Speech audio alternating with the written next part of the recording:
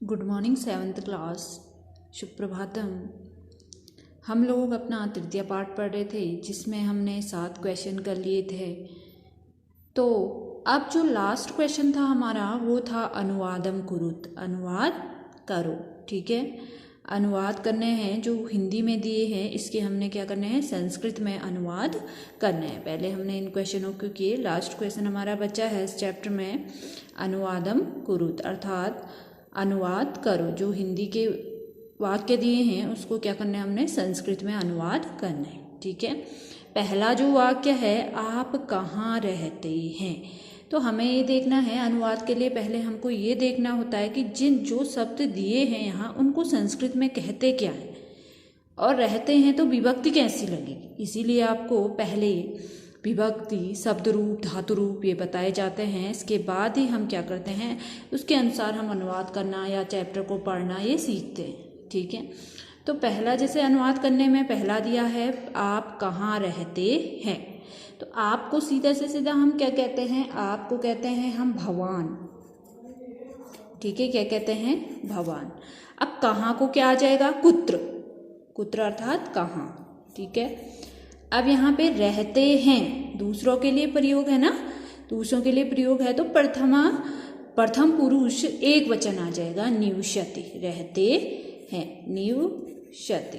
ठीक है, निवसति, निवसत, निवसन्ति। तो एक व्यक्ति है और आप हैं, मतलब किसी अन्य के लिए पूछा गया है तो भवान कुत्र निवसति आएगा। ठीक है, निवसति, निवसत, निवसन्ति। ठीक है, एक व्यक्ति है इसलिए निवसति प्रथम पुरुष एक वचन।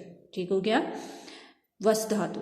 ठीक है, मैं उत्तराखंड में रहता हूँ। दूसरा वाक्य है मैं उत्तराखंड में रहता। अब देखना है मैं को हम क्या कहेंगे, अहम। सीधा सीधा क्या आ जाएगा, अहम। क्या आएगा, अहम। ठीक है, अब है यहाँ पे अहम हो जाएगा क्योंकि मौ अनुस्वार नहीं होगा, क्योंकि ये क्या है, वो क्या है, हमारा स्वर है।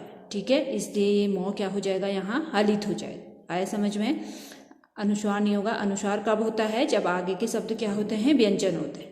ठीक है, वो क्या है, हमारा स्वर है, इसलिए अहम क्या हो जाएगा, मौ सीधा हो जाएगा और इस पे हलित हो जाएगा, मौ हलित हो जाएगा। ठीक है, तो मैं को क्या कहेंगे हम, अहम। उत्तराखंड में, अब यहाँ पे देखने हैं उत्तराखंड में क्या है, सप्तमी विभक्ति। ठीक है, मैं पाई पर सप्तमी, तो यहाँ पे क्या हो जाएगा, जैसे बालक शब्द बालके होता है ना प्रथमा एक वचन में, तो यहाँ पे उत्तराखंडे, सीधा से सीधा क्या हो जाएगा, उत्तराखंडे।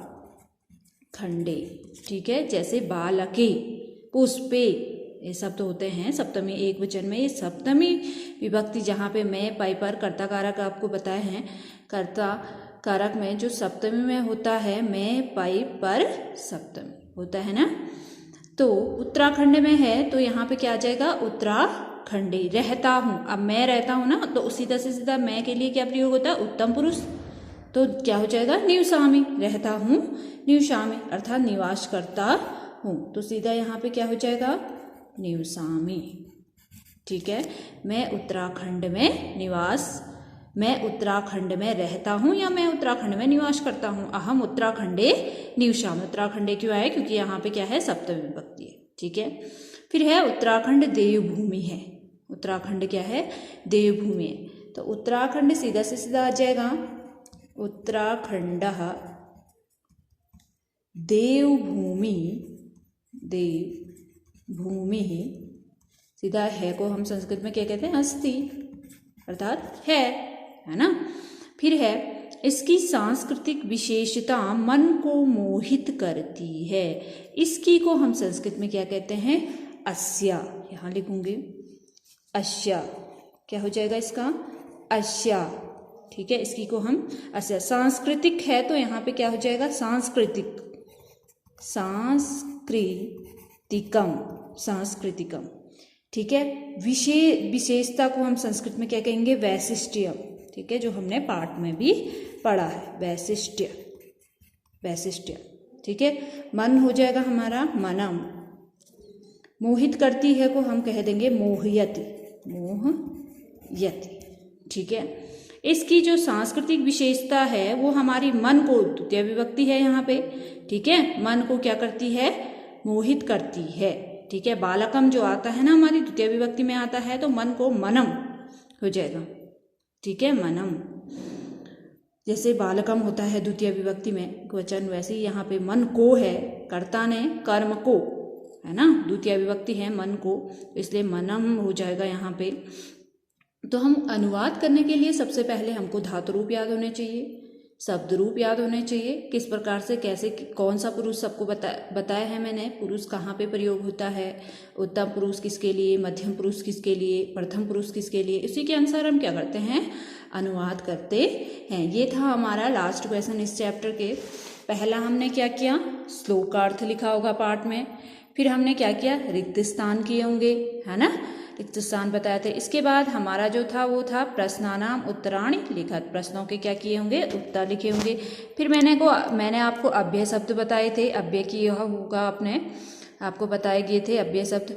फिर था क अकथयत तस्य नाम लिखा, किसने कहा उसका नाम यहाँ लिखना था, जो हमने किया, ठीक है। फिर हमारा छठवां था अधोलिखितानि स्थानानि गंगाया तटे सन्ति अथवा न इति लिखत, जो गंगा तट के स्थान पे थे उनके सामने आम अगर जो नहीं थे तो उनकी जगह पे हमने क्या लिखना था, न। फिर हमने रेखांकित पदों के क्या करना था, शुद्ध करना था, ठीक है, जो दिए गए थे कौन सी विभक्ति के अनुसार हमने उसको क्या करना था, शुद्ध करना है, कौन सी विभक्ति आएगी, ठीक है। तो उसके बाद था हमारा लास्ट क्वेश्चन अनुवादम कुरुत, अर्थात अनुवाद कीजिए, ठीक है। तो आपके 3 चैप्टर इसमें पूरे हो गए हैं, 7th क्लास 3 चैप्टर आपके पूरे हो गए हैं। आप उनको रिवाइज करोगे, तीनों चैप्टरों को एक बार दोबारा पढ़ोगे, कितना हमको आ गया है, कौन सा क्वेश्चन हमें नहीं आ रहा है, तो आप मुझसे पूछोगे, ठीक है। इसको आप क्या करोगे, 7वां क्वेश्चन के बाद 8वां क्वेश्चन अपनी कॉपी में करोगे।